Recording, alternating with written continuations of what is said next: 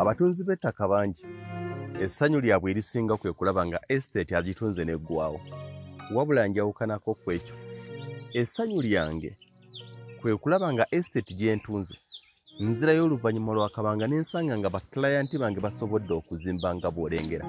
Mu kaseera kano tuli Mpambire, abajjukira estate ya Mpambire y'eno. Bwe tuba nga tugibala ekinene nnyo eri myaka 2. Mukama tumwebaza atuwadde ekirabo, atuwadde omukisa nti abantu bangi betuguzizza ebitundu 80 ku buli 100 ayongedde okuba blessinga n'abawo obusobozi obuzimba amayumba nga gano. Nange nnyumirwa eno ennyumba si yange, naye nannyiniyo nze namuguza ewantu wasobodde okugizimba. Ekyo lowooza nti oba oliawo kyabuwanguzi. Wano ewantu buli omu we yambuuzanga nti Mwami Lugonvu wasobola okugendawo ennyumba z'emizigo, ne nkugamba nti nedda. Kyokka kulwalira abo abaagulawo oluvannyuma lwa bino ebizzewo myaka 2 n'omusobyo, njagala ojje weetegereze. Egyo gyonna gy'olengera mizigo yeyokka eyaliwo. Ziizino njagala otunuulira ekiri wali. Bangi twabaleeta ne wano ne bagamba eno wala. Era oyinza okubeera ng'oli omu ku baklayanti yasindika omuntu wo akulabire n'akugamba tutuuseeyo kisiko, tewali mayumba, tewali bantu, tojja ggulayo. Kankusabira obeere nga wasobola oggula. Naye bw'oba nga tewagula kijja kunkwasa ennaku, kubanga we wagamba nti kisiko amayumba gaagano gasituse. Ntegeerekeka. Ebintu nga bino bisoboka. Ebitundu bikyuka, ebitundu bikula. Wano we tuli ku lwaliro puloti zaawo ziri wakati w'obukadde 15 ku bukadde 20. Muganda wange, kati wano oba osasulira enkulaakulana. Omuntu ono ali wano singa abanga atunda puloti ye, ono azimbye n'oli azimbye n'abo abazimbye be bagenda okukuseeza, ajja kugamba puloti yange njagala obukadde 20. Jangu olabe. Jangu olabe. Amayumba ogalaba. Ago gonna golaba gasitse gali mu estate yaffe eya Mpambire. Ennyumba ogiraba, emmanju waliyo ennyumba. Jangu tutambule ffembi. Ngenda kukulaga estate eno nnene. Ono akyataddewo. Naye bino byataddewo luli bangi abagambanga nti wali ky'osobola okukola kulimirawo. Kati mu kaseera kano abalimirawo just bakuuma bukuumi ttaka. Ono ataddewo emizigo gye yasituddeko n'eno n'alekayo waasobola okukola ki. Zino puloti zaali fuuti 5 ku 5 ne fuuti 5 ku 10. Mwami Lugonvu, nsobola okufuna omukisa okufuna puloti eringa ezo.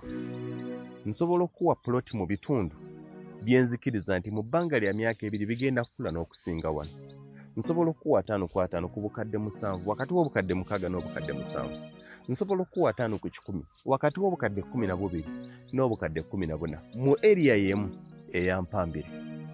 Essimu yaffe ya 0700 63 63 esembya ya 37 0700 63 nera 63 esembyayo 37. Abantu bano nga bw'obalaba b'obuuza nti baakikola batya.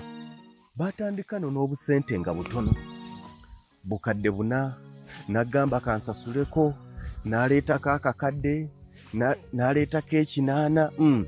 Nti abantu bangi abaasindika abantu baabwe ne babagamba eyo totawaana kukola ki. Kansuubire nti yakufunira okumpi. Ono ataddewo maduuka.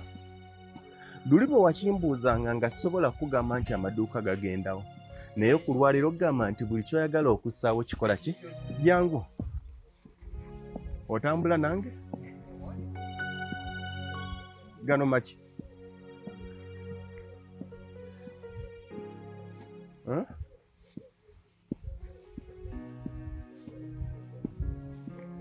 Mujebaleko. Mwebale kukyusa kitundu. Mufuuse ekirala. Kwebale nnyo. Kyekino ekyenjawulo nannyini nnyumba ojja kunsonyiwa. Njagala bwebaza olwa development gy'atadde mu kitundu. Kyekino kiri mu estate za Lugonvu. Nti omuntu atuuka okuzimbamu ekizimbe kye ekyobuwanana bw'ensimbi nga talina kutya, ng'ali sure nti tagenda kufuna muntu amukonkona, tagenda kufuna amugamba asasula obusuulu, tagenda kufuna amugamba oli wa kibanja. Kyekino ekyenjawulo ekikola ki ekiriwo nti buli muntu agula mu estate ya Lugonvu abeera sure azimba talina kutya. Kyovola nti omuntu asobola okukwata obukadde n'obukadde bw'ensimbi n'abusaawo. Sigenda kulambula nnyumba munda, bano bonna bakama bange, naye at least nange kaninnye ku madaala agaakalina.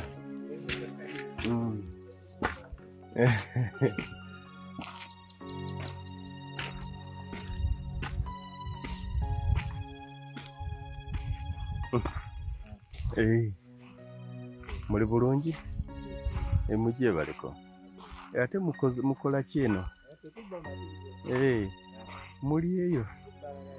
Tuli mu estate za Mwami Lugonvu mwe tuzimbye amayumba gaffe.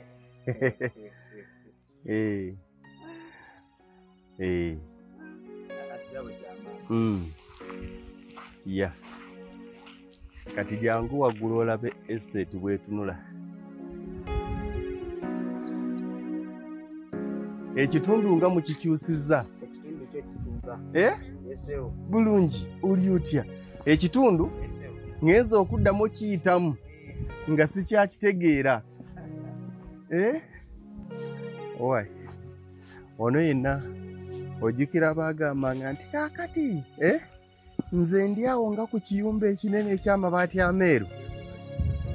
Ekiyumba kyafuuka ekira endagiriro, naye ku lwaleero wano weetuli. Kati wano buli ayinawo poloti mu kaseera kano asobola okulya ssente gy'ayagala. Kye bayita obugumiikiriza mu ttaka. It has been just 2 years. People have constructed their houses nga tolina pressure.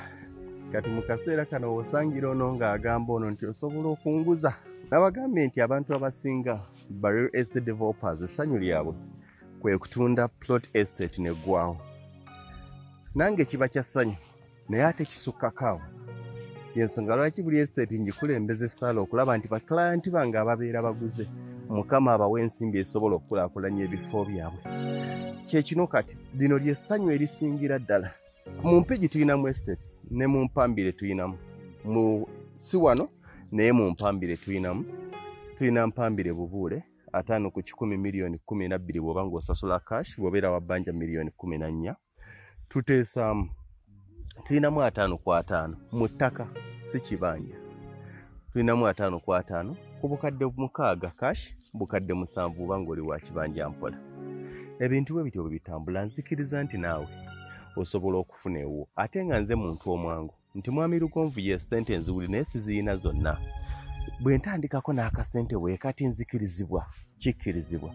Yogera ssente z'olina nsobola okukuluŋŋamya. Oba omuntu yenna akutte essimu asobola okukuluŋŋamya nti ako kabulako yongerako akamu ekitundu.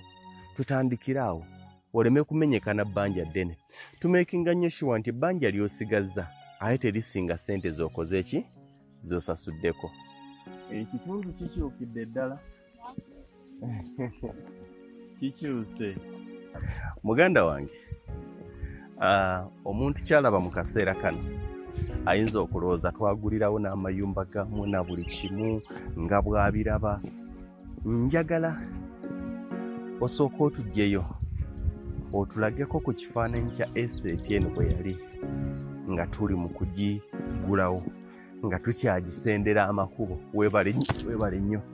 Mu kaseera kano yeeyo gy'oli mu kulaba bwe wati bwe waali.